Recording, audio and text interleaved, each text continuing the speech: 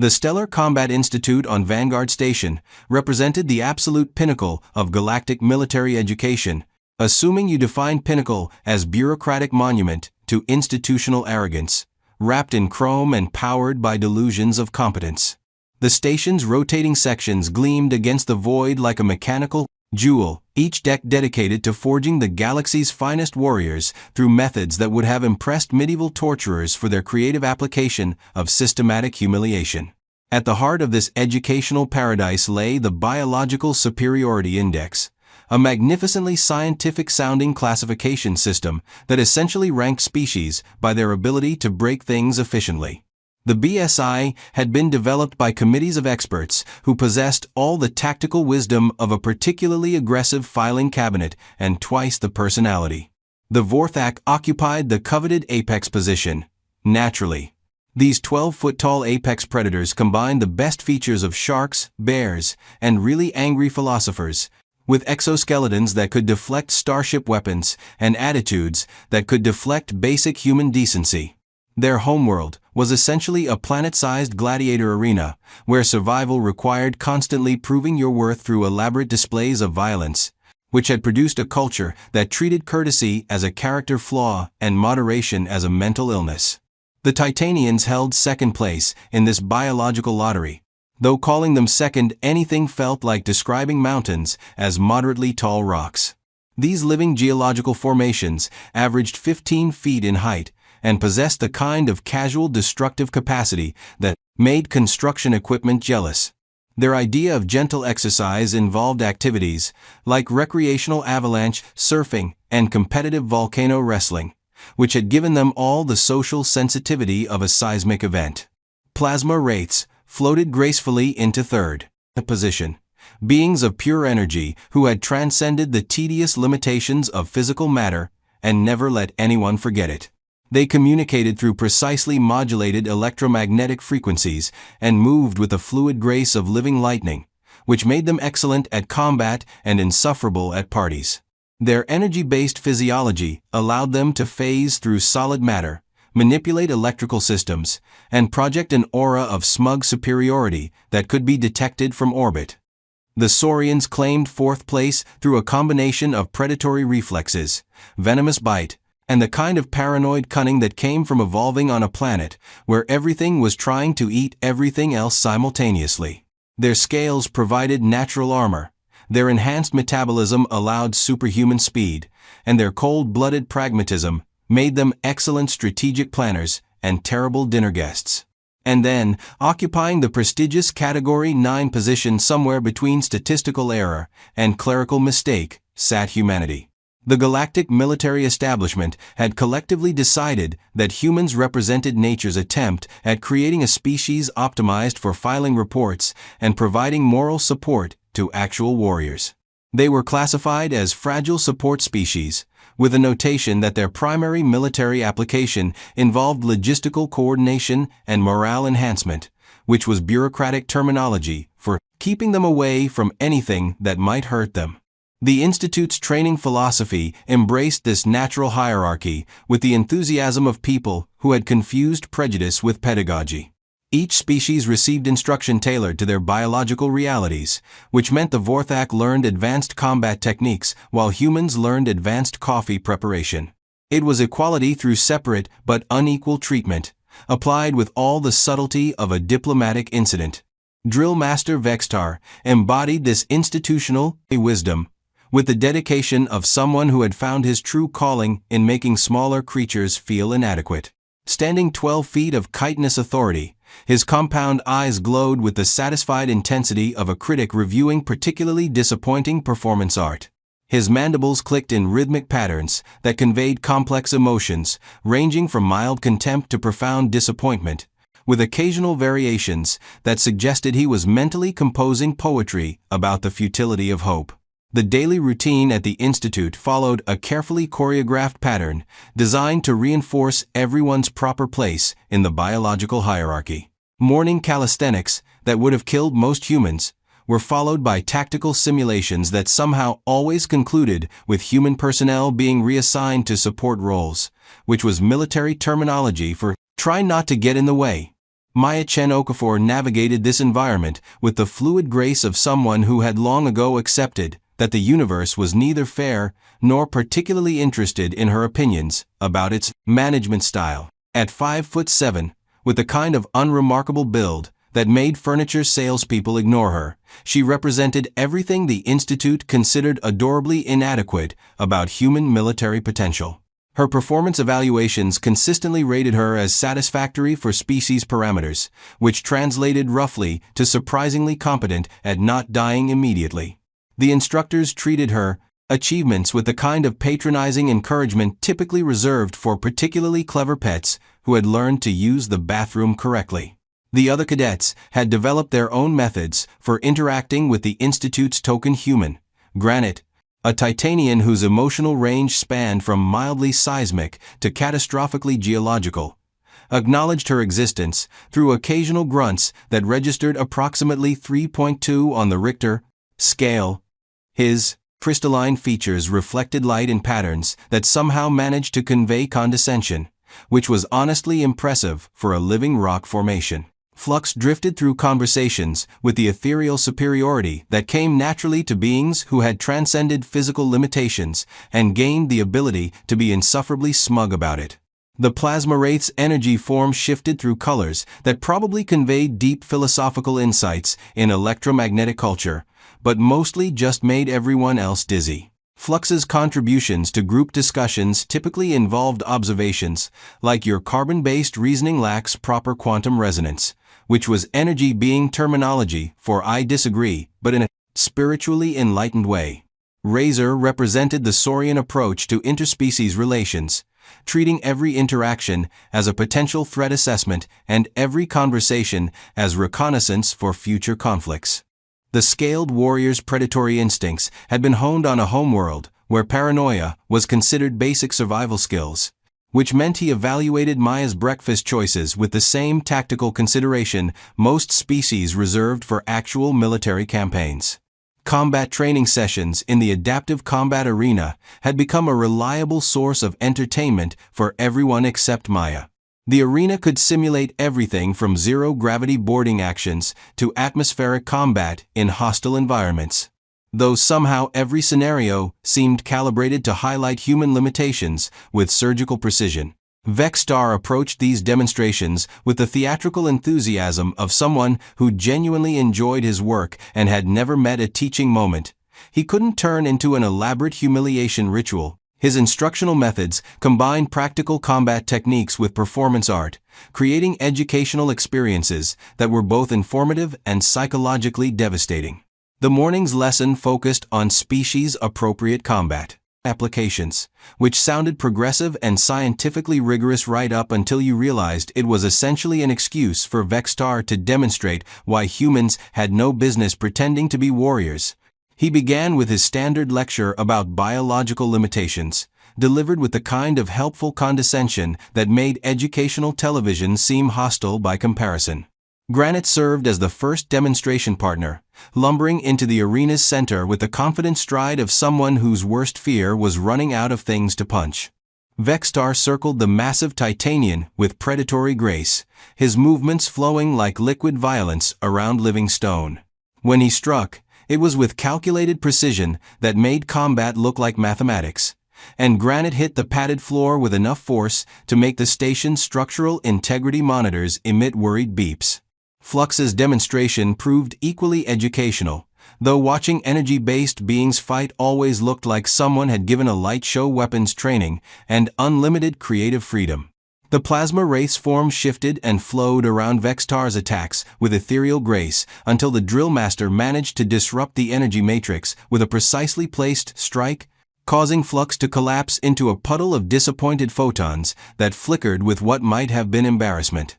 Razor's turn lasted exactly 9 seconds, which was longer than his dignity could survive, but shorter than his species' reputation for tactical superiority could endure. The Saurian's famous speed and reflexes proved less impressive when facing an opponent who had been perfecting violence since before most civilizations had invented proper grammar. And then Vexstar's compound eyes fixed on Maya with a kind of predatory satisfaction that suggested he had been saving the best for last. The arena fell silent, except for the hum of gravity generators, and the subtle sound of everyone's expectations falling through the floor with terminal velocity. "Ah, our human representative," Vextar announced, his mandibles clicking with barely contained glee. "Perhaps today, we can finally provide a practical demonstration of why certain species excel at administrative duties rather than combat operations." The assembled cadets shifted with the uncomfortable energy of people watching a traffic accident unfold in slow motion. Everyone knew how this would end, which somehow made it both more entertaining and more tragic. Maya stood and walked toward the arena's center with the calm stride of someone who had stopped caring about other people's expectations and started focusing on more immediate concerns, like not getting killed for entertainment purposes. Vextar launched into his pre-demonstration monologue, a carefully crafted performance that combined tactical instruction with psychological warfare. He explained force differentials and combat biomechanics with the enthusiasm of someone who genuinely loved his work, gesturing expansively at Maya as though she were a particularly interesting specimen in a museum of evolutionary mistakes. "Observe the classic human stance," he continued, circling her with theatrical precision. "Note the obvious structural weaknesses, the laughable reach disadvantage, the complete absence of natural weapons or defensive adaptations. This species somehow convinced itself that enthusiasm could substitute for evolution, which represents either touching optimism or spectacular delusion depending on your philosophical perspective." The other cadets watched with varying degrees of interest and sympathy. Granite's crystalline features reflected boredom from multiple angles simultaneously. Flux's energy form pulsed with colors that might have indicated secondhand embarrassment for everyone involved. Razor's scales rippled with suppressed predatory instincts as he calculated threat assessments that apparently included basic physics. Maya remained perfectly still throughout the commentary, her expression maintaining the kind of professional neutrality that suggested she was either calculating something complex or had achieved enlightenment through repeated exposure to institutional stupidity. Her hands hung loosely at her sides, her weight distributed evenly, her breathing steady and controlled. "Now then," Vextar announced, settling into his preferred combat stance with obvious theatrical relish. "Let us observe what transpires when biological reality encounters human aspirations. Please, demonstrate your species' renowned fighting capabilities." The invitation hung in the recycled air like a challenge wrapped in mockery and seasoned with institutional condescension. Maya looked up at the towering Vorthak with a kind of calm assessment that accountants use when examining suspicious expense reports and generals use when studying terrain that's about to become significantly more interesting. She stepped forward with economical grace, closing the distance between them in a single fluid motion that managed to look both casual and purposeful. Her right hand came up in what appeared to be an almost apologetic gesture, her fist traveling perhaps 20 inches before making contact with Vextar's thorax region. The punch looked utterly unremarkable. No dramatic preparation, no battle cry, no visible exertion or strain. Just a simple, straightforward movement that connected with Vextar's exoskeleton with a sound like knuckles tapping politely on a particularly solid door. Vextar's initial reaction followed the script perfectly. His compound eyes glittered with amusement, his mandibles produced those distinctive clicking sounds that passed for laughter among his species, and his entire posture radiated the kind of vindicated satisfaction that came from having one's lowest expectations thoroughly confirmed. "Delightful," he began, his voice carrying across the arena with practiced theatrical timing. "Truly, that represents the Revance's absolute pinnacle of human combat effectiveness. I particularly appreciate the gentle approach, which suggests your species has at least developed the wisdom not to injure itself when attempting violence against superior life forms." The laughter started among the watching cadets, a low rumble of shared amusement at the predictable conclusion to another lesson in biological reality. Even the arena's monitoring systems seemed to hum with mechanical satisfaction at the orderly resolution of another training exercise. But then something distinctly non-standard happened. Vextar's expression shifted from amused superiority to mild confusion, as though someone had just asked him to solve differential equations using interpretive dance. His compound eyes lost their confident glitter and took on the glazed look of someone trying to remember something important that was hovering just beyond conscious recall. The laughter died away as Vextar swayed slightly, his exoskeleton producing a series of small sounds that definitely weren't part of his usual emotional vocabulary. He looked down at Maya with the kind of bewildered expression that reality occasionally produces when it decides to present someone with a bill they weren't expecting to pay. "That was," he began, then stopped, his mandibles working soundlessly as though the appropriate words had suddenly gone on strike. His legs buckled with the dignified collapse of a controlled demolition, and he toppled backward onto the arena's padded surface with enough force to make the gravity generators emit concerned warning tones. The arena erupted into the kind of chaos that emerges when everyone's fundamental assumptions about how the universe operates decide to take an unscheduled vacation. Granite's crystalline features reflected confusion from 17 different angles simultaneously. Flux's energy form cycled through several colors that definitely weren't included in any regulation handbook. Razor's predatory instincts kicked into overdrive, scanning for threats that apparently included basic physics and reliable causality. Medical personnel materialized with the efficient panic of people who had trained extensively for every conceivable emergency except the one that was actually happening. They surrounded Vextar's unconscious form with scanners, stimulants, and a kind of professional bewilderment that suggested their equipment wasn't designed to process paradoxes. The Institute's investigation began approximately 27 seconds after Vextar hit the floor, which represented impressively rapid response time even by military standards. Senior instructors appeared like bureaucratic ninjas, their faces displaying the grim determination that comes from realizing someone was about to become intimately familiar with the Institute's disciplinary procedures. Commander Helix arrived within minutes, his Altarian form radiating the kind of authoritative presence that came from decades of dealing with impossible situations and unreasonable people. His bioluminescent patches pulsed in patterns that suggested deep thought, administrative annoyance, and the dawning realization that his afternoon schedule had just become significantly more complicated. The medical team's preliminary report read like something composed by committee and edited by someone having an existential crisis. Vextar had sustained what could diplomatically be called comprehensive systemic disruption, including internal hemorrhaging, neurological trauma, and something the scanners classified as cascade resonance failure, which sounded impressively technical until you tried to figure out what it actually meant in practical terms. Dr. Quantum, the Institute's chief medical officer, approached the problem with the methodical precision that had made her famous throughout the sector for solving impossible medical puzzles and infamous for her complete inability to explain them in terms anyone else could understand. Without advanced degrees in theoretical biology, her analysis of Vextar's condition involved increasingly creative applications of medical terminology to describe injuries that shouldn't have been physically possible given the apparent cause. The human punch had somehow triggered what she eventually labeled delayed kinetic cascade syndrome, which was medical jargon for something really weird happened, and we have no idea what or how.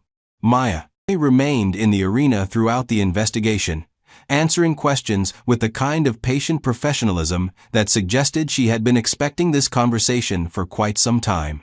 Her responses were precise, factual, and completely unhelpful to anyone trying to understand how a gentle tap had managed to floor a 12-foot apex predator whose species had dominated galactic combat sports for 3 centuries. The Institute's combat analysis team arrived with enough scanning equipment to outfit a small research station. They recorded impact vectors, energy transfer coefficients, and biomechanical stress patterns with the desperate thoroughness of people who suspected the universe was conducting an elaborate practical joke at their expense. Their findings challenged several fundamental assumptions about physics, biology, and the general reliability of cause and effect relationships. The punch had generated force multiplication effects that violated approximately 16 different conservation laws, created resonance patterns that shouldn't have existed outside theoretical physics, and somehow managed to bypass Vorthak natural defenses through methods that made their equipment emit confused error messages.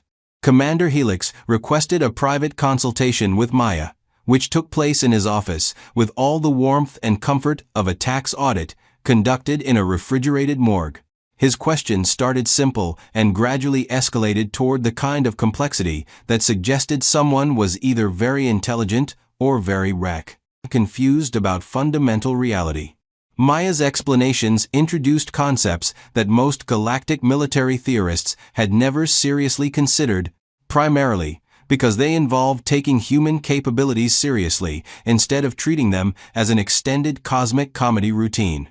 She discussed gravitational adaptation, atmospheric pressure conditioning, and metabolic optimization with the casual expertise of someone who had never realized these were supposed to be exotic concepts. Earth's environmental conditions, she explained with patient precision, had produced a species adapted to function under circumstances that most galactic civilizations would classify as actively hostile to intelligent life. Humans had evolved under gravitational stress that would crush most species, in atmospheric conditions that would poison others, and with metabolic requirements that demanded constant optimization for survival. The Institute's Xenobiology department was summoned to verify these claims, arriving with enough testing equipment to stock a research facility and enough skepticism to power a small industrial installation. Their analysis of human physiology revealed adaptation patterns that read like engineering specifications for a biological weapons system disguised as a maintenance manual. Human bone density exceeded galactic norms by factors that made the measurements look like clerical errors. Muscle fiber efficiency operated at levels that challenged several accepted theories about biological limitations.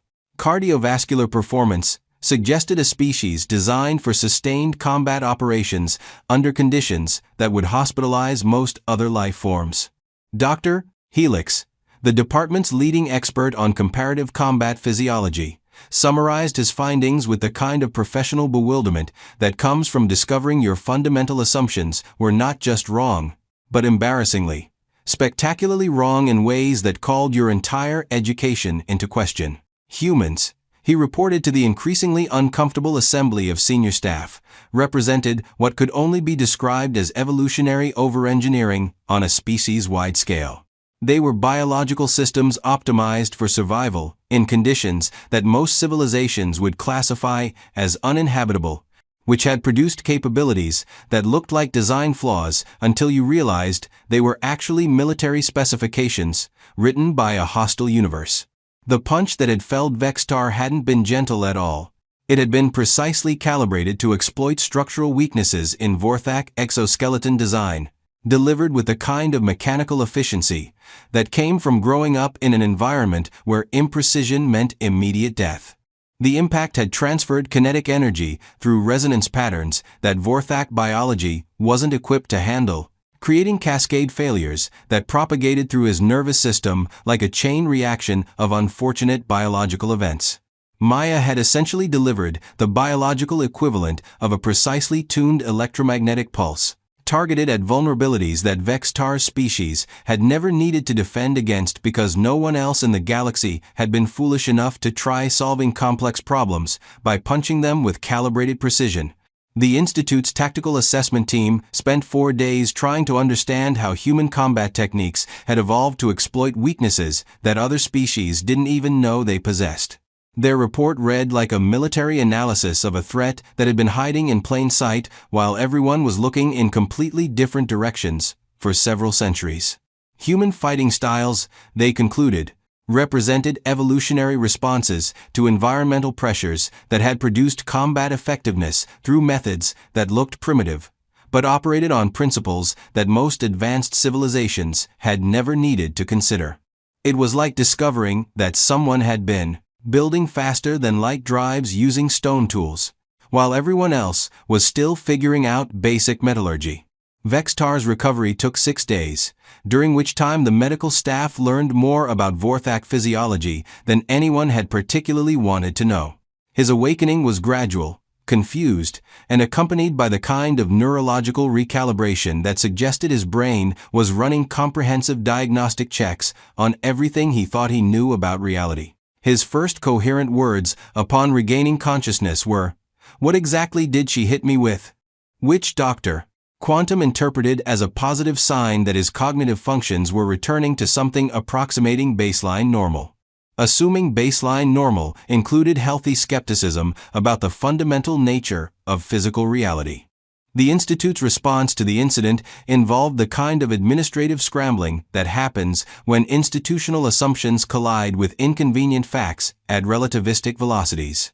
Policy revisions were drafted, training protocols were reconsidered, and several senior staff members spent long nights questioning their career choices and the general reliability of everything they thought they knew. Human training requirements underwent immediate comprehensive revision, transitioning from remedial basic competency with safety accommodations to advanced threat assessment, pending further analysis and possible reclassification. Maya found herself reassigned to specialized programs that had previously been reserved for species, with documented histories of not being laughably inadequate at violence. The other cadets' attitudes shifted with the kind of speed that comes from people realizing they had been fundamentally wrong about something important and potentially dangerous. Granite's crystalline features began reflecting what might charitably be called respect, though it was difficult to determine whether this represented genuine personal growth or simply enlightened self-preservation instincts. Flux's energy form took on warmer, more respectful colors when interacting with Maya, suggesting either genuine friendship or the electromagnetic equivalent of diplomatic immunity. Razor's predatory assessment protocols seemed to have quietly reclassified her from harmless support personnel to potential existential threat, which passed for professional courtesy among paranoid reptilian warriors. The Galactic Military Command received a classified report that diplomatically suggested previous assessments of human combat potential might have contained what could generously be called significant analytical oversights. This bureaucratic masterpiece managed to convey complete policy reversal while maintaining the comfortable fiction that no one had made embarrassing mistakes that would require public acknowledgement or professional accountability. Within months, human military applications began receiving the kind of serious consideration previously reserved for species, with documented histories of not being cosmic punchlines. Several recruitment offices quietly added Earth to their list of preferred candidate sources, though they were careful to phrase this as expanded diversity initiatives, rather than "we were completely wrong about everything for several centuries." Maya continued her training with the steady professionalism that had carried her through the Institute's original misconceptions about her species' military potential. She mastered advanced combat techniques, strategic analysis, and interspecies diplomacy with the same unassuming competence that had made her invisible right up until the moment she became impossible to ignore safely. Commander Helix's final report on the incident included the kind of dry observations that military historians would eventually quote when trying to explain how entire galactic civilizations could systematically underestimate obvious threats for extended periods. His conclusion noted that assumptions about species capabilities should perhaps be based on empirical analysis rather than comfortable prejudices. Though he phrased this revelation in terms that preserved everyone's professional dignity, the Institute's new unofficial motto, quietly adopted after the incident, became "Verify everything, assume nothing," which represented probably the most intellectually honest institutional slogan in galactic military history. It replaced the previous motto, "Excellence through natural hierarchy," which had become awkwardly inappropriate following recent revelations about the relationship between hierarchy and actual excellence. Vextar returned to duty with the kind of subdued professionalism that comes from having one's worldview surgically readjusted by uncomfortable reality. His training methods evolved to emphasize practical assessment over theoretical assumptions, though he never quite recovered his previous enthusiasm for theatrical demonstrations involving species he had previously considered inherently inferior. His interactions with Maya developed into something resembling professional respect, seasoned with the kind of cautious wariness that intelligent predators reserve for prey that has proven unexpectedly capable of comprehensive retaliation. Their training sessions became exercises in mutual education, with each learning to appreciate capabilities they had previously dismissed or catastrophically underestimated. The Stellar Combat Institute continued producing capable warriors, though with significantly revised understanding of what capability actually meant when applied to beings who hadn't grown up in the universe's more forgiving neighborhoods. The Biological Superiority Index underwent quiet retirement, replaced by more flexible classification systems that acknowledged reality's apparent fondness for making confident predictions look foolish. And somewhere in the Institute's archives, filed under Instructional Incidents of Historical Significance, a comprehensive report documented the day when millennia of assumptions about human fragility encountered 20 inches of precisely applied contrary evidence. The galaxy had learned an important lesson about the dangers of mistaking packaging for contents, though it took considerably longer to admit this lesson publicly or implement the necessary policy changes. The universe, as it turned out, maintained quite the sense of humor about the whole situation. It just wasn't the kind of humor that military institutions were particularly well equipped to appreciate, especially when the punchline involved discovering that their most carefully protected support personnel had been carrying around the biological equivalent of concealed weapons, while everyone else was busy being confidently wrong about fundamental reality. Maya Chen Okafor graduated with distinguished honors, specializing in interspecies tactical analysis and adaptive combat optimization. Her dissertation on environmental pressure as evolutionary weapons development became required reading at military academies throughout the sector, though most instructors were diplomatically careful to present it as theoretical advancement rather than comprehensive indictment of previous institutional competence. She served with quiet distinction in several conflicts, where her ability to identify and exploit species-specific vulnerabilities proved remarkably effective at resolving diplomatic tensions that had previously required extensive military intervention and significant property damage. Her methods remained understated, precise, and devastatingly effective, much like the punch that had initiated everything. The galaxy had always prided itself on rational assessment of military capabilities and logical resource allocation, right up until it discovered that rationality functioned significantly better when it wasn't filtered through several centuries of comfortable assumptions about who was supposed to be dangerous and who was supposed to provide administrative support and moral encouragement.